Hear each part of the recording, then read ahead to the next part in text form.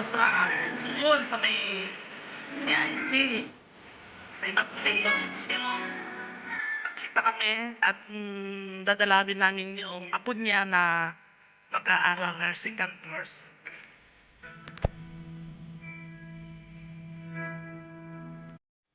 Nagdala siya ng baon na na ulam. Sabi ko gusto ko pinakbit, kaya ayan pinluto niya ako ng pinakbit.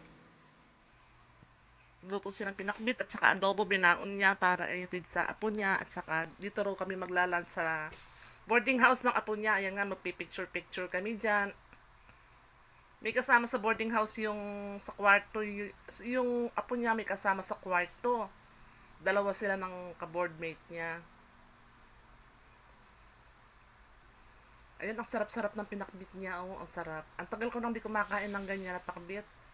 Yung adobo masarap din, kaya lang medyo mataba siya.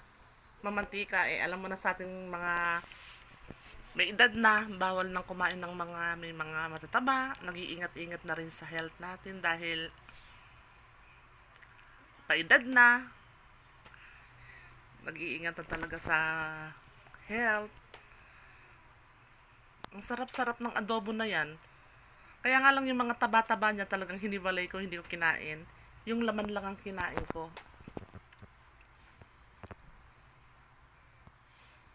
Yan yung boarding house nung apo ng pinsan ko. Yung pinsan ko 60 years old na, ako naman 59 years old. Magkasunod kami ng edad. Marami kaming kwento-kwentuhan. Ayan. Nahihiya siya kasi alam niyang nagbablog ako. Pinicturan ko at binidyohan ko yung kwarto nung apo niya. Bali apo namin. First cousin kami yung father ko at saka father niya. Magkapatid. Ayan, nakakain na kami. Ayan, nag-prepare na ng pagkain yung nakakulay pink yun ng apo namin. Apo niya. Kasama niya sa boarding house yung isa pang batang babae. Pero silang nursing ang course.